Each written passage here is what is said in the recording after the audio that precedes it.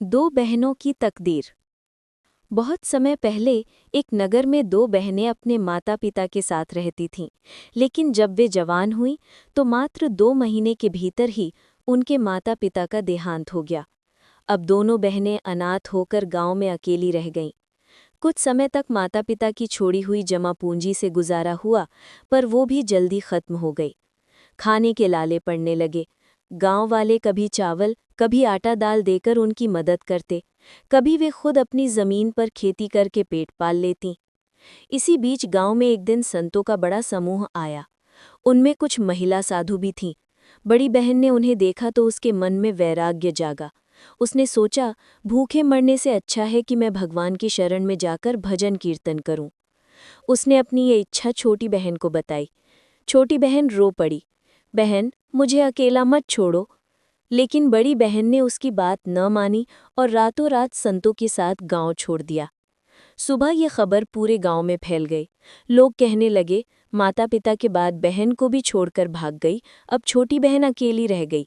समाज ने बड़ी बहन पर ताने कसने शुरू कर दिए। यहाँ तक कि गांव वालों ने ये डर भी जताया कि कहीं छोटी बहन भी ऐसा ही न कर दे। इसलिए पंचायत ने फैसला किया कि सब लोग पैसे इकट्ठा करके उसकी शादी कर दें। गांव वालों की मदद से छोटी बहन का विवाह एक संपन्न घराने में हो गया। पति भी अच्छा मिला और ससुराल में सुख संपत्ति की कोई कमी नहीं रही। छोटी बहन गांव वालों की दुआएं देती, उन्होंने एक अनाथ को इतना अच्छा घर दिलाया। चमत्कार की शुरुआत। एक दिन छोटी बहन कुएं से पानी भर रही थी। तभी एक बूढ़ा मुसाफिर आया और बोला, बेटी बहुत दूर से आया हूँ, मुझे थोड़ा पानी पिला दो। लड़की ने कहा, बाबा पहले मैं मटकी भर लूं, फिर आपको पानी पिलाऊंगी। उसने मटकी भरी और जल्दी से घर की ओर चल दी। मुसाफिर हैरान हुआ, बेटी मुझे यहीं पानी पिला देती। छोटी बहन ने चलते चलते कहा, बाबा आप मेरे घर चलो, वहां मैं साफ लोटे में पानी दूंगी। घर पहुंचकर उसने पहले तुलसी के पौधे के चारों ओर पानी डाला, पर ध्यान रखा कि एक बूंद भी उसकी जड़ तक ना पहुंचे। फिर भगवान का धन्यवाद कर मुसाफिर को पानी दिया। मुसाफिर ने आश्चर्य से पूछा, बेटी तुमने ऐसा क्यों किया? राज बताओ, तभी मैं पानी पीऊंगा। लड़की ने बताया, मेरी बड़ी बहन साधु जीवन जी रही है। आज सभी साधुओं की झोपड़ियों में आग लगी, पर मैंने तुलसी के चारों ओर पानी डालकर अपनी बहन की झोपड़ी की आग बुझा दी। मुसाफिर ये सुनकर अवाक रह गया। वो स्वयं वहां पहुंचा और सच पाया, सबकी झोपड़ियां जली थीं, बस बड़ी बहन की सुरक्षित थी। बहनों का मिलन। मुसाफिर ने बड़ी बहन को बताया कि ये चमत्कार उसकी छोटी बहन की भक्ति से हुआ है। बड़ी बहन पछताई और बहन से मिलने की जिद की। वो हवेली पहुंची, दरवाज़ा खटखटाया। छोटी बहन उसे देखकर रो पड़ी, पर बोली, बहन तू घर के अंदर मत आ, लोग तुझे बदनाम कहते हैं। तेरे आने से मेरे परिवार पर उंगली उठेगी। ये सुनकर बड़ी बहन का दिल टूट गया, लेकिन छोटी बहन ने उसके खाने पीने और रहने की व्यवस्था बाहर कर दी। अगली सुबह दोनों बहनें गले मिली और खूब रोई। बड़ी बहन बोली, बहन तू तो सुखी है, मेरी भी शादी करवा दे, मैं भी गृहस्थ जीवन जीना चाहती हूँ।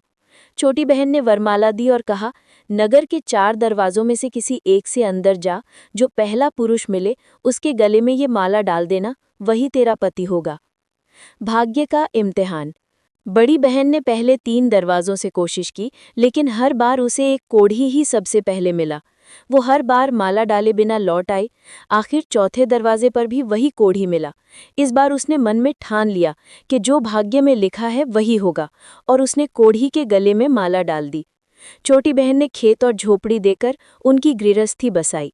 बड़ी बहन अपने रोगी पति की सेवा करती और खेतों में मेहनत कर उनका पालन पोषण करती। सत्संग और वरदान। एक दिन नगर में सत्संग हुआ। बड़ी बहन ने अपने कोढ़ी पति को भी वहां ले गई।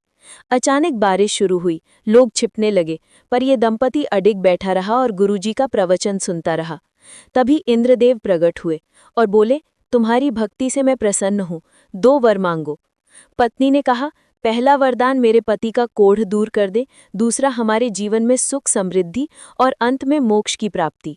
इंद्रदेव ने आशीर्वाद दिया। कोढ़ी का रोग मिट गया और उनका घर महल में बदल गया। निष्कर्ष। दोस्तों, इस कहानी से हमें यही शिक्षा मिलती है, समस्याओं से भागना समाधान नहीं है। असली भक्ति और सत्य गृहस्थ जीवन में कर्तव्य निभाते हुए ही प्राप्त होती है।